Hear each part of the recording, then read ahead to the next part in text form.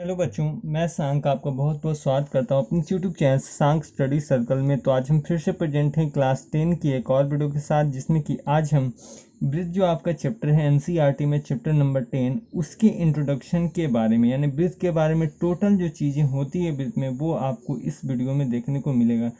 सो अगर आप इस चीज़ों को समझना चाहते हैं, जानना चाहते हैं, तो वीडियो को प्लीज़ लास्ट तक देखें बगैर स्किप किए हुए। आपको मैं वादा करता हूँ कि आपको ब्रिथ से एक एक पार्ट बिल्कुल अच्छे ढंग से समझ में आएगी। तो चलिए सबसे पहले क्या है, परिभाषा के बारे में जानते हैं। कहता है, परिभाषा है कि वृत्त एक तल के उन बिंदुओं का समूह होता है जो एक नियत बिंदु से अचर दूरी पर होते हैं। यानी क्या है कि एक मान लीजिए कि ये क्या है, वृत्त है, तो एक नियत बिंदु होता है और ये जो दूरियां होती है यहाँ से किधर भी आप ले लीजिए, ये दूरियां क्या होगी, समान होंगी। और ये जो नियत बिंदु होता है ये इसका केंद्र कहलाता है। क्या कहलाता है? केंद्र कहलाता है, जिसे हम सेंटर के नाम से भी जानते हैं। और ये अचर जो दूरी होती है वो क्या कहलाती है? त्रिज्या कहलाती है, जिसे हम रेडियस भी कहते हैं। ठीक है, जिसे हम स्मॉल आर से सूचित करते हैं। यानी यहाँ लिख सकते हैं कि वृत्त की नियत बिंदु क्या है, वृत्त की नियत बिंदु क्या कहलाती है? केंद्र कहलाती है। क्या कहलाती है? केंद्र कहलाती है। ठीक है, और यहाँ लिख सकते हैं कि वृत्त के केंद्र से, ठीक है, वृत्त के केंद्र से अचर दूरी क्या कहलाती है? त्रिज्या। त्रिज्या यानी स्मॉल आर कहलाती है। ठीक है, ये चीज़ आपको क्या करना है, याद रखना है कि क्या, कि वृत्त के नियत बिंदु जो कि क्या होता है, वृत्त का केंद्र कहलाता है, जिसे सेंटर कहते हैं। ठीक है, और जो वृत्त का अचर होता है, अचर में जिसमें कोई बदलाव नहीं है, वो क्या है, इसका त्रिज्या कहलाती है। ये थी इसकी परिभाषा। तो आइए इसकी परिधि के बारे में जानते हैं। देखिए जस्ट नीचे परिधि लिखी हुई है। तो कहता है परिधि यानी सरकमफ्रेंस, ठीक है, वो इसका इंग्लिश नाम है। कहता है कि वृत्त के चारों ओर की वक्र की लंबाई, ठीक है, वृत्त की परिधि यानी वृत्त जिस क्या होता है, जिस रेखा से घिरा होता है वो उसकी क्या कहलाती है? परिधि कहलाती है। ठीक है, यानी किसी बिंदु से क्या है ना, किसी रेखा से क्या है, यानी यही रेखा लंबा होता है तो रेखा कहला गया। यही बिंदु को क्या किया, इसको हमने मोड़ लिया तो क्या कहला गया? वृत्त कहला गया। ठीक है, तो यानी आप एक परिभाषा और भी ऐसे बता सकते हैं कि वृत्त जिस रेखा से क्या होता है, घिरा होता है, वो उसकी क्या कहलाती है? परिधि कहलाती है, यानी जिसे हम सरकमफ्रेंस भी कहते हैं। ठीक है, और देखिए नीचे क्या है, चाप लिखा हुआ है। ठीक है, कहता कि वृत्त की परिधि का कोई भी भाग इसका क्या कहलाता है? चाप कहलाता है। ठीक है, चाप यानी समझिए जैसे वृत्त है, ठीक है, कोई बिंदु हमने ले लिया ए बी, ठीक है, ये इसका क्या है? चाप कहलाएगा। ठीक है, और एक चीज़ और याद रखना है, तो इसका वृत्त हो जाएगा। और क्या है, यदि हम ए बी की बात करें तो ए से बी तक का चाप यानी ये कहलाएगा लघु चाप। क्या कहलाएगा? लघु चाप कहलाएगा। ठीक है, और ये जो ए से लेकर अगर ऊपर की ओर से घूरेंगे तो ये क्या कहलाएगा? दीर्घ चाप कहलाएगा। क्या कहलाएगा? दीर्घ चाप कहलाएगा। याद रखना है आपको कि क्या होता है कि ए से बी तक हम जाएं यदि नीचे से, तो ये चाहे छोटा दूरी है तो इसे हम लघु चाप, पूरे पेड़े से घूम के यदि ये क्या है, बी तक जाएंगे घूम के, तो ये बड़ी चाप यानी दीर्घ चाप कहलाती है। ठीक है, तो आशा करते हैं समझ में आएगा। तो प्लीज़ वीडियो को लाइक करें, शेयर करें। तो चलिए चलते हैं जीवा के बारे में।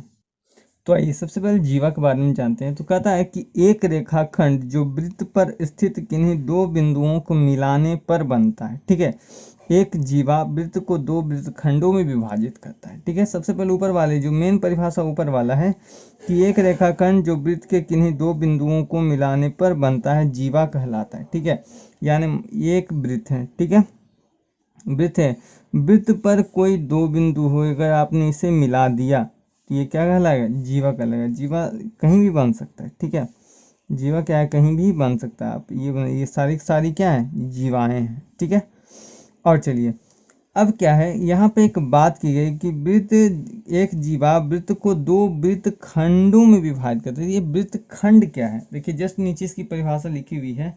वृत्तखंड यानी इसको सेगमेंट भी कहते हैं, कि एक क्षेत्र जो वृत्त की एक जीवा को और एक चाप से घिरा होता है। ठीक है, एक क्षेत्र जो वृत्त की एक जीवा और एक चाप से घिरा होता है, क्या कहलाता है? वृत्तखंड कहलाता है। जैसा कि समझिए क्या है कि ये वृत्त है, ठीक है। अब ये वृत्त है तो क्या है कि इसकी एक क्या होगा, यानी सेंटर पॉइंट तो होगा, ठीक है।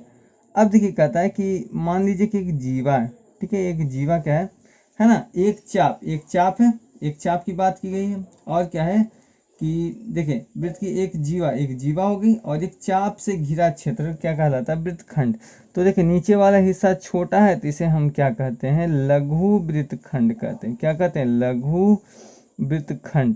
और ऊपर वाले को कहते हैं क्या? दीर्घ वृत्तखंड। क्या कहते हैं? दीर्घ वृत्तखंड कहते हैं, ठीक है। यानी इसको हम कह सकते हैं माइनर सेगमेंट। क्या कहेंगे? माइनर सेगमेंट कहेंगे, ठीक है। और ऊपर वाले को हम क्या कहेंगे? Major segment. क्या कहेंगे? मेजर सेगमेंट कहेंगे, क्योंकि देखिए सेगमेंट यानी वृत्तखंड, और मेजर यानी दीर्घ, और माइनर यानी लघु वृत्तखंड, ठीक है। तो वृत्तखंड आसानी से आपको समझ में आ गया हो। और चलिए जीवा के कुछ गुण के बारे में जानते हैं। आइए अब जानते हैं जीवा के कुछ गुण के बारे में। तो देखिए जीवा का सबसे पहला गुण है कि एक वृत्त में अनगिनत जीवाएं खींची जा सकती है। जैसे कि समझिए कि वृत्त है, केंद्र है, तो आप कैसे भी जीवा खींच सकते हैं ना, कहीं भी खींच सकते हैं, ठीक है। आपकी जितनी मर्जी क्या है उतनी क्या है आप जीवाएं खींच सकते हैं, ठीक है। देखिए इतनी सा फिगर हमने बहुत सारा खींच दिया। दूसरा है क्या कि एक वृत्त के दो बिंदु से केवल एक ही जीवा खींची जाए। यानी वृत्त पर क्या है कि यदि हम क्या दो बिंदु लेते हैं तो कोई एक ही खींच सकते हैं ना, इससे कोई हम तीसरा तो नहीं खींच सकते हैं। यानी इसलिए याद रखना है कि एक वृत्त के दो बिंदु से केवल एक ही क्या है जीवा खींची जा सकती है। तीसरा पॉइंट है कि वृत्त की सबसे बड़ी जीवा व्यास कहलाती है। याद रखना है कि वृत्त की जो सबसे बड़ी जीवा है व्यास कहलाती है। इसके बारे में आगे परिभाषा में हम जानेंगे, तो वहाँ आपको यहाँ बिल्कुल समझ में आ जाएगा। तो चलिए आइए जानते हैं व्यास के बारे में। देखिए व्यास यानी डायमीटर, ठीक है। याद रखना है व्यास का जो मीनिंग होता है वो क्या होता है? डायमीटर होता है, ठीक है। यानी व्यास है, ठीक है। तो उसकी परिभाषा है कि एक रेखाखंड जिसके अंत बिंदु वृत्त पर स्थित होते हैं। तो कहिएगा सर उसका वो तो जीवा में भी होता है, लेकिन आगे देखिए कहता है और जो केंद्र से गुजरता है। मैंने जीवा में ऐसा बात किया था जहाँ से केंद्र से होकर गुजरता है? नहीं ने। तो कहता है यह वृत्त के किन्हीं दो बिंदुओं के बीच की अधिकतम दूरी है, ठीक है। तो याद रखना है, देखिए यहाँ फिगर बनाएंगे तो आपको बिल्कुल समझ में आ जाएगा, ठीक है। क्या है? ये आपका वृत्त हो गया, ये केंद्र है। तो जीवाएं क्या है? ऊपर नीचे। अब जीवाएं क्या है? जीवा है तो वृत्त के सभी बिंदु से जाएगा। तो ये क्या है? जब ये कोई जीवा वृत्त के केंद्र से होकर गुजरती है तो ये ही क्या कहलाता है? व्यास कहलाता है।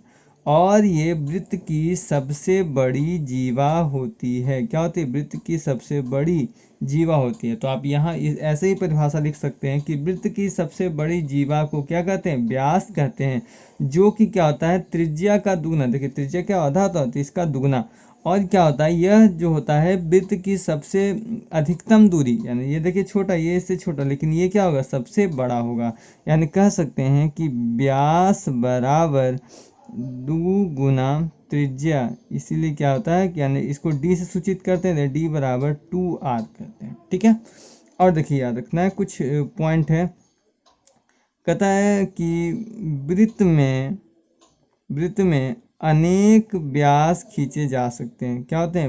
वृत्त में अनेक व्यास खींचे एक वृत्त में अनेक व्यास खींचे जा सकते हैं। समझिए कैसे? एक वृत्त है, बिंदु है, तो आप ऐसे ले सकते इधर से तो कितना भी क्या कर सकते हैं आप अपनी मर्जी से, जितना मर्जी हो उतना व्यास क्या कर सकते हैं आप वृत्त में खींच सकते हैं। तो याद रखना है क्या कि व्यास जो होता है वो क्या होता है? त्रिज्या का दुगना होता है। और यह क्या होता है? सबसे अधिकतम दूरी होती है किसी भी दो बिंदुओं के, यानी वृत्त में किसी बिंदुओं के बीच, ठीक है। वृत्त में अनेक व्यास खींचे जा सकते हैं, ठीक है। यह वृत्त की क्या होती है? सबसे बड़ी जीवा होती है, ठीक है। तो ये हो गया व्यास के बारे में। आइए जानते हैं त्रिज्य खंड के बारे में। त्रिज्य खंड जिसे कि हम सेक्टर भी कहते हैं, किन्हीं दो त्रिज्याओं के बीच एक चाप से घिरा क्षेत्र क्या कहलाता है? त्रिज्य खंड कहलाता है। त्रिज्य खंड देखिए फिगर है इस प्रकार। कहता है किन्हीं चाप की बात की गई है तो चाप ए बी ले लेते हैं। इससे घिरा क्षेत्र, यानी इसको हमने काट लिया, ठीक है। चाप में हम काटते नहीं थे इस प्रकार, लेकिन क्या है हमने चाप काटा। तो ये जो छोटा वाला क्षेत्र है इसे हम लघु चाप कहते हैं। क्या कहते हैं? लघु चाप, या इसे माइनर सेक्टर भी कहते हैं। क्या कहते हैं? माइनर सेक्टर भी कहते हैं। और ये जो बड़ा वाला पार्ट बच गया इसे हम दीर्घ चाप कहते हैं। क्या कहते हैं? दीर्घ चाप, जिसे कि हम क्या कहते हैं? मेजर सेक्टर कहते हैं। क्या कहते हैं? मेजर सेक्टर भी कहते हैं। और देखिए याद रखना है कि चाप, यहाँ पे हम अगर इस चाप को लिखेंगे तो इसे हम लिखेंगे चाप ए बी या ABS। ठीक है, इसको अगर इस प्रकार भी लिख देते हैं तो ये चाप कहलाता है। यह आपको लिखना पड़ेगा क्या? चाप AB। तो ये लघु चाप हो गया, और ये क्या हो गया? दीर्घ। दीर्घ देखिए, दीर्घ चाप यानी आपको बड़ा दिख ही रहा, और छोटा कोई हिस्सा हमने काट लिया तो वो क्या कहलाएगा? लघु चाप कहलाता है। ठीक है, तो आशा करते हैं समझ में आएगा। तो चलिए चलते हैं छेदन रेखा या छेदिका के बारे में। चलिए, तो छेदन रेखा या छेदिका, जिसे कि हम सेकेंड भी कहते हैं, कहता है वृत्त की दो बिंदुओं पर प्रतिच्छेदित करने वाली रेखा क्या कहलाती है? छेदिका कहलाती है। यानी एक बार वृत्त ले लें तो दो बिंदु पर कहीं भी रेखा क्या प्रतिच्छेद, इस प्रकार, ठीक है, या तो इस प्रकार, या क्या है इस प्रकार, इस प्रकार, कहीं भी क्या है कोई भी बिंदु द्वारा इस प्रकार जा रहा है, तो इस सारी की सारी क्या है? छेदिकाएं। क्या है? छेदिकाएं। तो देखिए, नोट में आपको याद रखना है कि वृत्त में अनेक क्या होते हैं? अनेक छेदन रेखा हो सकती है। अनेक छेदन रेखा क्या है? खींची जा सकती है। क्या है? अनेक छेदन रेखा खींची जा सकती है, पहला पॉइंट है। दूसरा है क्या? कि वृत्त में दो बिंदुओं से क्या है? दो बिंदुओं से केवल एक और केवल एक, ठीक है, एक और केवल एक छेदन रेखा खींची जा सकती है। ठीक है, छेदन रेखा क्या है? खींची जा सकती है। ये चीज़ आपको याद रखना है। जैसे देखिए, वृत्त में दो बिंदु, एक बिंदु ये, एक बिंदु यह, तो इससे क्या है? केवल एक और केवल एक ही क्या है? छेदन रेखा खींची हम जा सकते हैं। और वृत्त में क्या होते हैं? अनेक छेदन रेखा क्या है? खींची जा सकती है। क्योंकि वृत्त में क्या है? बहुत, देखिए सरफेस है ना बहुत सारा, क्योंकि बहुत सारे बिंदु हैं, तो क्या है? बहुत सारे बिंदु हैं, तो क्या दो बिंदु से क्या है? एक ही रेखा वाले की इस प्रकार क्या है कि वृत्त के प्रत्येक पार्ट में छोटे छोटे बिंदु हैं, और ये क्या है? इससे क्या है? अनेक छेदन रेखा क्या है? खींची जा सकते हैं। तो आइए हम जानते हैं स्पर्शी या स्पर्श बिंदु, जिसे हम टेंजेंट के नाम से भी जानते हैं। तो कहता है इसकी परिभाषा कि वृत्त के समतलीय, ठीक है, सीधी रेखा जो एक वृत्त पर वृत्त को, एक बिंदु पर वृत्त को स्पर्श करती है। कि एक यह क्या है? मान ली वृत्त है, कहीं भी एक बिंदु है, ठीक है, इस प्रकार क्या है? ये जा रही है, तो यही जो पॉइंट है, यही जो रेखा है, यही क्या है? स्पर्श रेखा है। क्या है? स्पर्श रेखा है।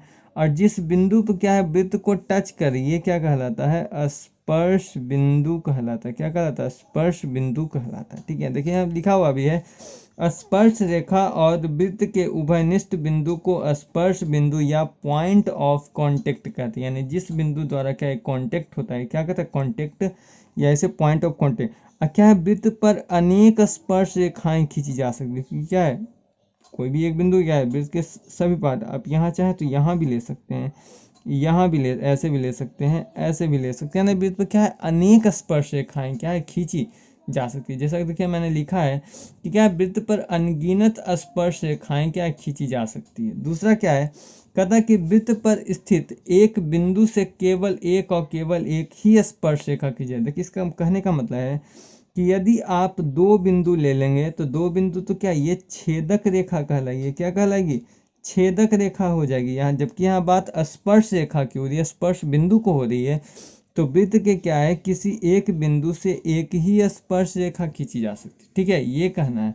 क्या है? अगर आप दो बिंदु लेंगे तो वो छेदक रेखा हो जाएगी। तो छेदक रेखा तो यहाँ लेना नहीं है, आपको क्या लेना है? स्पर्शी या स्पर्श रेखा से आपको मतलब है। ठीक है, तो ये था वृत्त के बारे में सारी नॉलेज। तो आशा करते हैं आपको वीडियो पसंद आएगा। वीडियो पसंद आए तो प्लीज़ लाइक करें, शेयर करें, और नए तो प्लीज़ सब्सक्राइब करना बिल्कुल ना भूलें। तो मिलते हैं नेक्स्ट वीडियो में, तब तक के लिए धन्यवाद। जय हिंद।